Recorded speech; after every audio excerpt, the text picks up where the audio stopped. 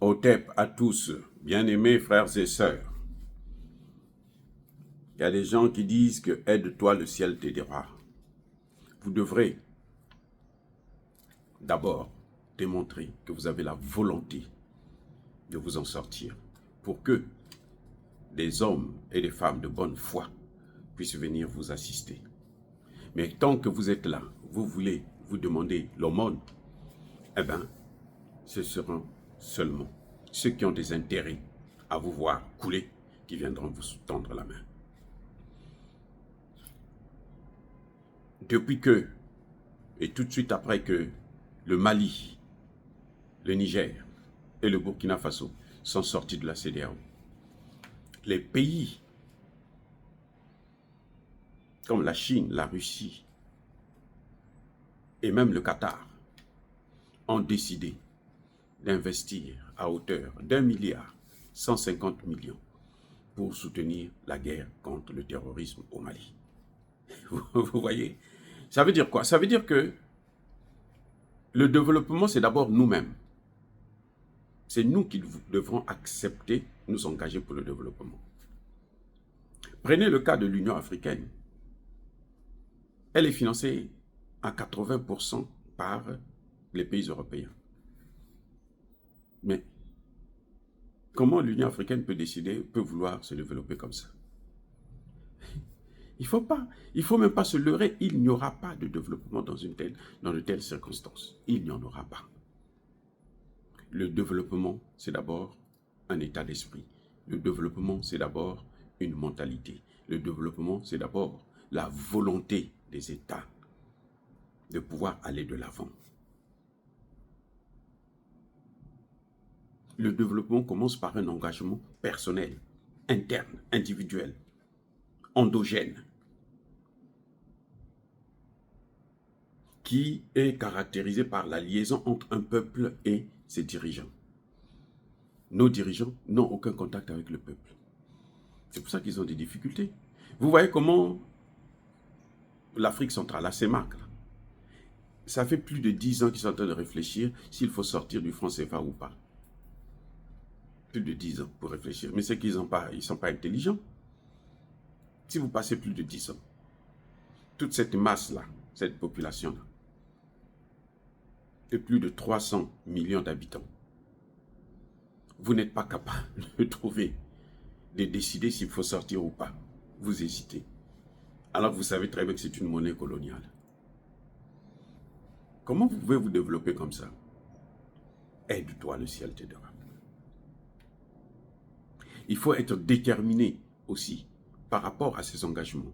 On doit connaître votre capacité, voir, comprendre votre capacité de résilience. Vous savez, quand le Burkina Faso a décidé avec le président Traoré, bien sûr, de recruter en masse les VDP, mobilisation générale du pays, les Occidentaux ont crié tout de suite à la violation des droits de l'homme. Ah non, vous ne devez pas vous protéger, vous ne devez pas mobiliser la population pour faire la guerre contre le terrorisme. Il faut laisser le terrorisme prospérer dans votre pays. Ça, c'est les États-Unis. L'Union européenne vient avec une enveloppe de 15 millions. Je mets 15 millions sur la table pour l'organisation des élections. Oh. Mais vous êtes fous ou quoi? Les gens veulent régler leurs problèmes contre le terrorisme et vous venez avec 15 millions pour venir les freiner, pour leur demander d'arrêter de combattre, de céder au terrorisme. Vous voyez un peu comment ils sont bêtes?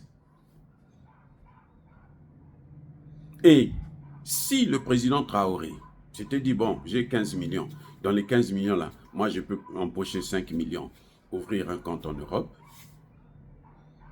15 millions d'euros, hein, ouvrir un compte en Europe, et puis, bon, les 10 millions là, on fait un semblant d'élection, même si je perds, je m'en vais, bon, je m'en fous. Quel serait le Burkina Faso aujourd'hui? Un pays complètement occupé. Voilà ce qui nous casse. C'est que nos dirigeants, quand on leur tend de l'argent, ils tremblent.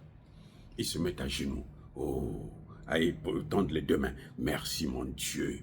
Pour eux, le Dieu là, c'est les Occidentaux. La France, c'est leur Dieu. Les États-Unis, c'est leur Dieu. Alors que les États-Unis et la France, là, ne connaissent même pas Dieu. Vous allez en France, là, les églises catholiques, là, vous allez trouver maintenant, ce sont des Noirs qui les occupent. Parce qu'ils ne trouvent plus des Blancs pour faire ce travail.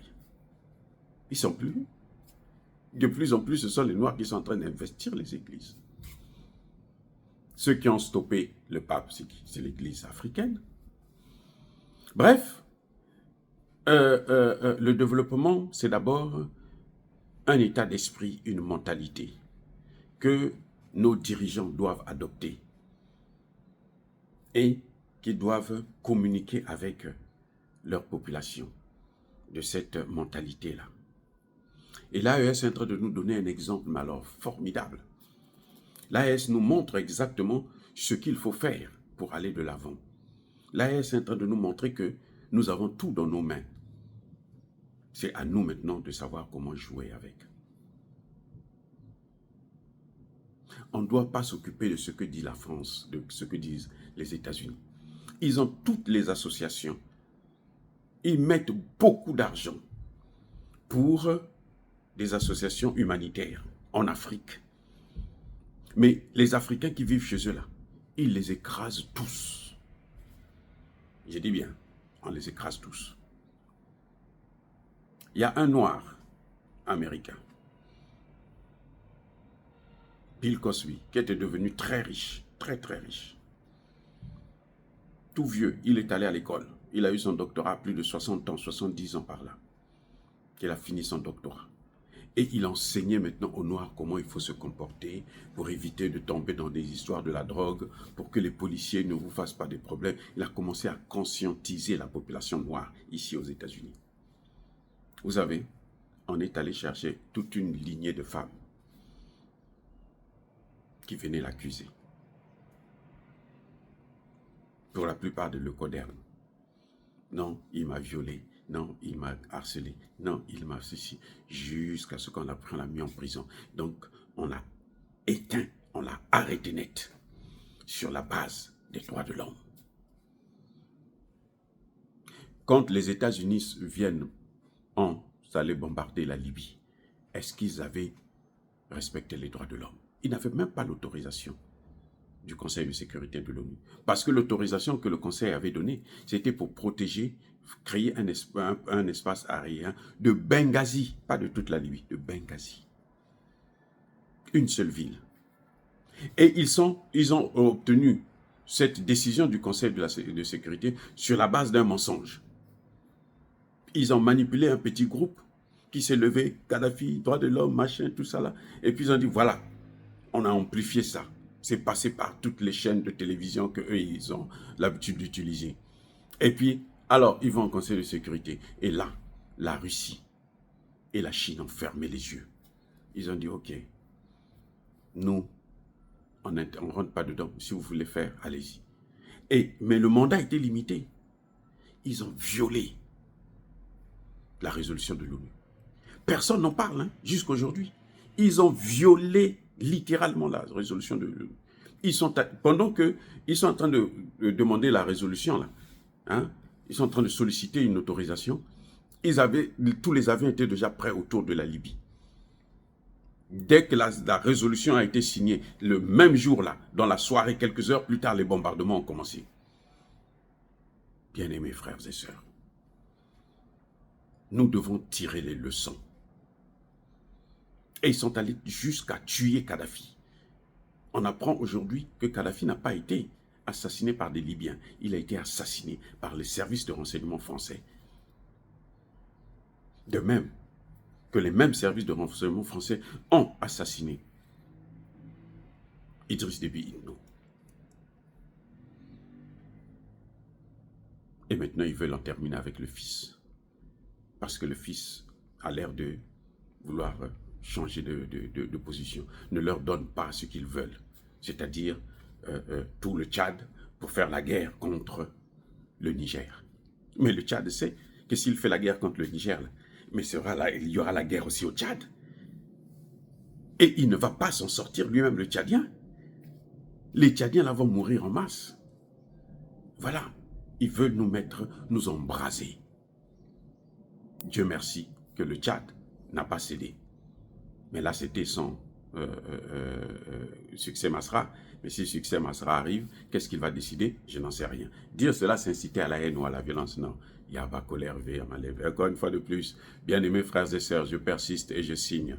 Soyez bénis, soyez abondamment bénis par le Dieu des Kémites et par nos ancêtres angélisés. Mais que tous ceux qui persécutent le continent africain le pillent et le déstabilisent, qu'ils soient noirs, blancs, chinois, arabes, juifs, indiens, qui qu'ils soient punis, maudits, foudroyés, neutralisés, écrasés, effacés par le Dieu des Kémites et par nos ancêtres angélisés. Vive l'Afrique éternelle, j'ai dit et j'assume.